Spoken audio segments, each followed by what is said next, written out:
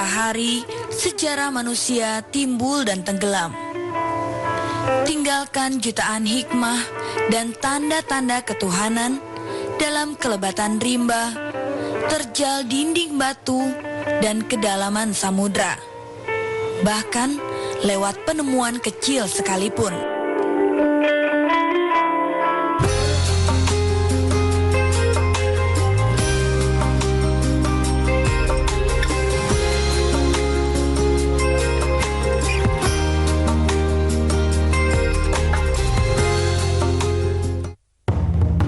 Banten harus ditaklukkan, bahkan harus dihancur leburkan. Karena kalau tidak, VOC yang akan lenyap. Demikian pemikiran Gubernur Jenderal Riklo van Gunst dalam emosinya yang menggelegak. Banten, salah satu negeri paling menggoda di belahan Hindia Timur. Keberadaannya telah mewarnai sejarah dunia dengan kemegahan, keagungan, dan heroisme, bahkan kehancuran dan pengkhianatan. Di Banten kemakmuran dibangun, diperebutkan, dan kemudian dihancurkan. Istana-istana megah didirikan untuk dirobohkan. Armada-armada berlayar, berniaga, dan berperang. Kesejahteraan silih berganti dengan ratapan dan kidung kematian.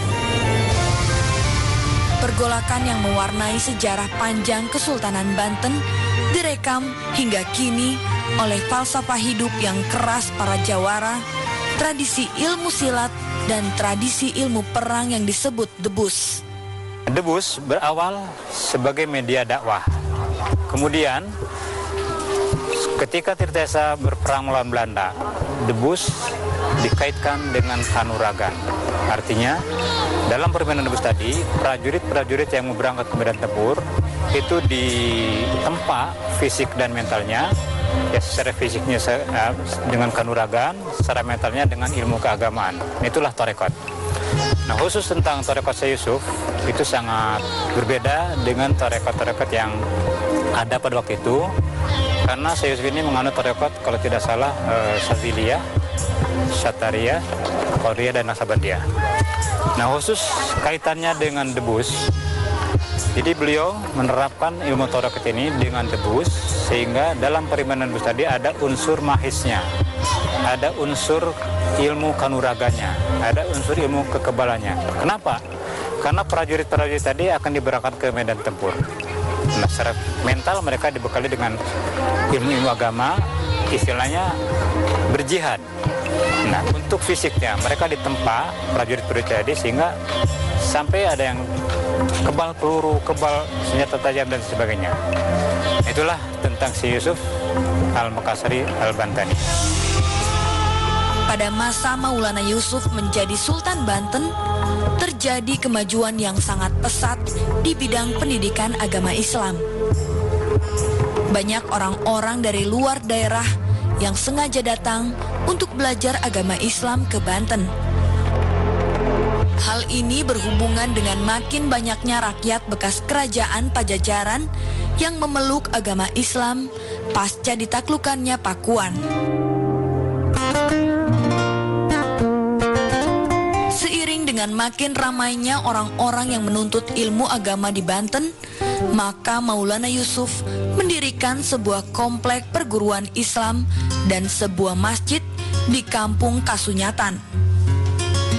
Sultan kemudian menempatkan seorang tokoh ulama yang sangat tinggi ilmu agamanya, yaitu Syekh Abdul Syukur sebagai pengajar. Melalui peran ulama besar inilah, pusat pendidikan agama Islam Kasunyatan berkembang dengan pesat.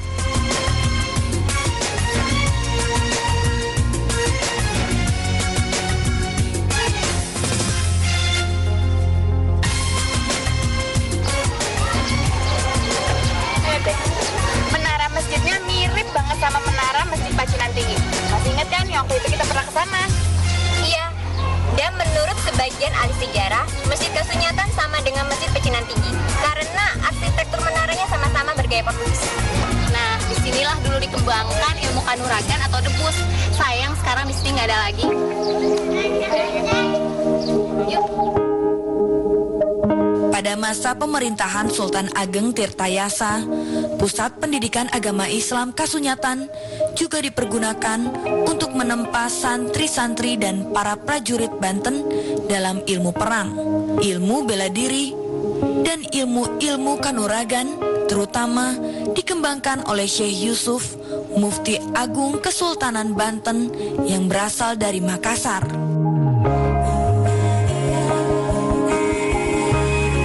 Keahliannya di bidang ilmu tarekat, Syekh Yusuf mengembangkan ilmu ketahanan tubuh yang dinamakan debus. Ilmu debus itu dia tujukan untuk menguji ketabahan, ketahanan, keuletan, dan keimanan prajurit Banten.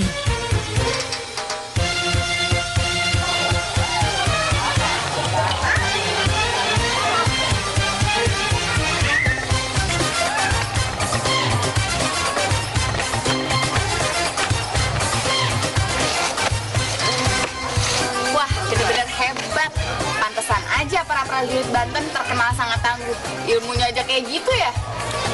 Bukan hanya ilmu kanuraganya aja yang tangguh, tapi juga ilmu agamanya yang sangat dalam. Itu karena peran besar Syekh Yusuf. Beliau menggabungkan kegiatan pendidikan keagamaan dengan pelatihan bela negara. Debus yang pada awalnya dipergunakan Syekh Yusuf untuk melatih para prajurit Banten dengan ilmu perang, mempergunakan senjata tajam seperti keris, tombak, pedang, dan bambu runcing. Pada masa Syekh Yusuf menjadi Mufti Agung Kesultanan Banten, kegiatan Pusat Pengembangan Agama Islam Kasunyatan telah sangat berhasil mendidik santri-santri menjadi prajurit bela negara yang tangguh dan religius. Di bawah kendali Syekh Yusuf, rekrutmen prajurit Kesultanan Banten dilakukan di Kasunyatan setelah melalui penempaan ilmu agama dan ilmu perang yang sangat berat. Prajurit-prajurit inilah yang gigih membela Sultan Ageng Tirtayasa saat berperang melawan Sultan Haji yang dibackingi Belanda. Bahkan ketika Sultan Ageng Tirtayasa tertangkap, prajurit binaan Syekh Yusuf ini turut bergerilya meneruskan perlawanan, berjuang bersama Pangeran Purbaya dan Syekh Yusuf sendiri. Syekh Yusuf adalah seorang tokoh, selain sebagai ulama, sebagai negarawan, sebagai politikus, juga ahli ekonomi. Beliau berasal dari ujung pandang. Datang ke Banten, ketemu dengan Sultan Ageng Tirtayasa yang waktu itu sebagai Sultan ke-6. Beliau diangkat oleh Sultan Ageng Tirtayasa sebagai Mufti Agung di Kerajaan Banten. Lalu beliau menceburkan diri dalam perjuangan Ageng Tirtayasa. Selain diangkat sebagai menantu, juga beliau diberi wewenang bahkan menjadi Panglima Perang Angkatan Banten. Nah, perjalanan beliau sangat dikagumi sehingga beliau mendapat julukan Syekh Yusuf Al-Makassari Al-Bantani. Ini mungkin keterkaitannya karena beliau berasal dari ujung pandang lalu menetap di Banten sehingga diberi gelar Al-Bantani. Nah, perjalanan beliau sangat panjang sekali. Ketika perjalanan perjuangan Tirtayasa mengalami kebuntuan atau kekalahan, Syekh Yusuf termasuk salah satu tokoh yang ditangkap oleh Belanda lalu dibuang ke Batavia. Dari Batavia dibuang lagi ke Sri Lanka atau Ceylon, dan dari Ceylon terakhir dibuang ke Tanjung Harapan. Nah, jadi pembuangan terakhir ini beliau tidak tinggal diam, langsung mengembangkan agama Islam sehingga banyak sekali murid-muridnya di sana. Sejak kecil, Syekh Yusuf sudah menampakkan tanda-tanda kecintaannya kepada ilmu pengetahuan keislaman. Sehingga dalam waktu yang relatif singkat, ia berhasil menamatkan Al-Quran 30 juz. Kemudian ia belajar ilmu tata bahasa, logika, gaya bahasa, dan kefasihan. Dengan menguasai ilmu bahasa, ia mampu mempelajari kitab-kitab fikih, tafsir, hadis, dan tasawuf. Tapi ilmu tasawuf yang lebih menarik perhatiannya. Pada tanggal 22 September 1645, dengan menumpang kapal dagang Portugis, Syekh Yusuf meninggalkan Makassar untuk memperdalam ilmu dan menunaikan ibadah haji. Fit, gimana sih sejarahnya sampai Syekh Yusuf bisa jadi Mufti Agung Kesultanan Banten? Wah, panjang banget ceritanya.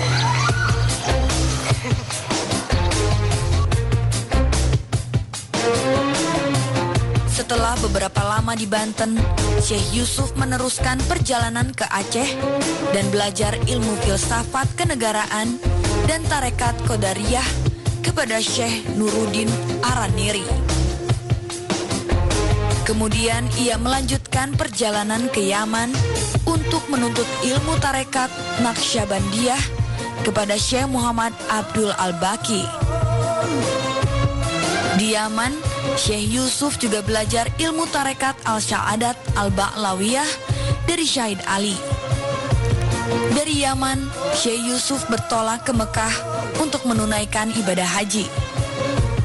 Kemudian ia pergi ke Madinah untuk belajar tarekat Syatoriyah pada Syekh Burhanuddin Al-Milah. Selanjutnya, Syekh Yusuf pergi ke Suriah untuk berguru kepada Syekh Abu Abarokah Ayub yang memberi gelar Syekh Yusuf Taj Al-Kholwati Hidayatullah.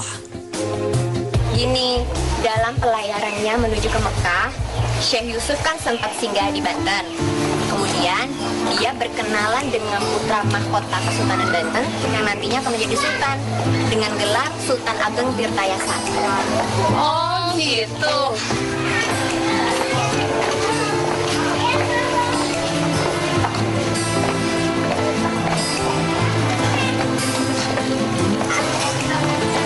Aduh, hebat banget. Semua aliran ilmu tarikatnya Syekh Yusuf langsung dipelajari dari para ahlinya. Iya, dan yang hebatnya lagi, Syekh Yusuf mendapat ijazah yang menandakan ia sangat menguasai seluruh ilmu tarekat yang mendalam. Menurut sumber lontar, dari kebijaksanaan dan keluasan ilmunya itu, orang-orang Makassar memberinya gelar Syekh Yusuf yang mempunyai berbagai macam kebaikan, anugerah Allah, mahkota Khalwatiyah, dan putra Makassar. Banyak banget ya gelarnya. Hebat ya. Setelah menempuh perjalanan keilmuan yang sangat jauh dan sangat lama, Syekh Yusuf kemudian tinggal di Banten dan diangkat menjadi Mufti Agung Kesultanan Banten oleh sahabatnya Sultan Ageng Tirtayasa. Pada masa pemerintahan Sultan Ageng Tirtayasa, aktivitas pendidikan Islam di Kasunyatan ditujukan sebagai tiang penopang Banten sebagai kerajaan Islam yang besar dan kubu pertahanan Islam di Nusantara. Keinginan Sultan Ageng Tirtayasa sejalan dengan cita-cita Syekh Yusuf yang senantiasa mengumandangkan semangat perlawanan fisabilillah atau jihad di jalan Allah untuk mempertahankan kemandirian Kesultanan Banten dari upaya licik VOC untuk menjajah dan menghancurkan Banten. Syekh Yusuf mengembangkan pendidikan agama Islam di Kasunyatan dengan ilmu-ilmu tarekat. Ilmu tarekat intinya adalah penyerahan diri kepada Allah dengan sesungguh-sungguhnya hingga tingkatan yang paling hakiki.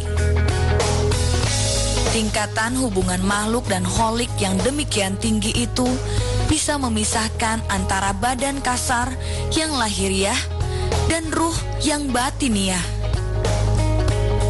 Seseorang yang sudah mencapai tingkatan tarekat sudah tidak mengenal rasa takut dan rasa sakit pada lahiriahnya karena jiwanya sudah menyatu dengan kholiknya. Keadaan inilah yang kemudian menjadi dasar-dasar ilmu debus.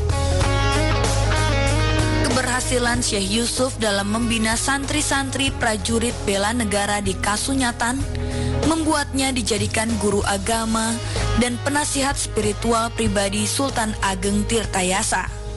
Bahkan kemudian Syekh Yusuf dijadikan panglima perang Kesultanan Banten dan dikawinkan dengan putri sultan yang bernama Siti Syarifah.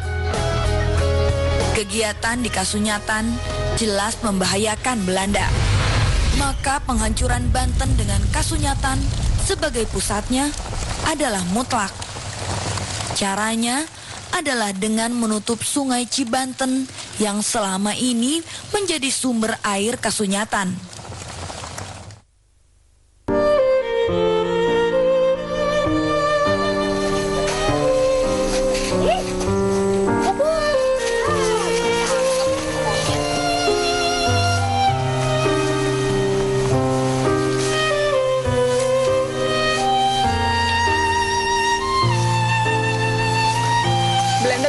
Banget ya, masa air buat sebegitu banyak orang malah ditutup?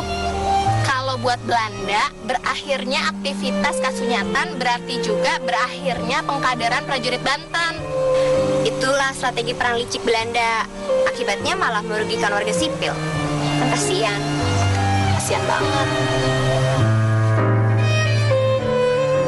Kasunyatan lumpuh. Kegiatan pendidikan Islam perlahan-lahan padam. Bahkan ia seakan tak sanggup lagi bangun setelah Syekh Yusuf tertangkap dan dibuang jauh ke Afrika Selatan hingga wafatnya dalam kemuliaan. Masjid yang dikembangkannya yang semula hidup dengan aktivitasnya yang bergairah berubah sunyi. Kesunyian yang kemudian disandang sebagai namanya, Masjid Kasunyatan atau kesunyian. Kasunyatan lengang, genderang debus tak bertabuh, pekik pendekar sirna, bahkan gelegar pecut tak terdengar lagi. Pusat aktivitas itu bagai mati, terdiam bersama Cibanten yang tak lagi mengalir, berganti nama menjadi Kali Mati. Kasunyatan memang lengang, tapi debus tak pernah mati. Murid-murid Syekh yang lolos dari kejaran Belanda telah mewariskan ilmu kanuragan berlandaskan ketakwaan itu pada keturunannya hingga kini. Masjid Kasunyatan yang tua telah menyaksikan perjalanan panjang sejarah Kesultanan Banten yang dipenuhi kemegahan dan kehancuran.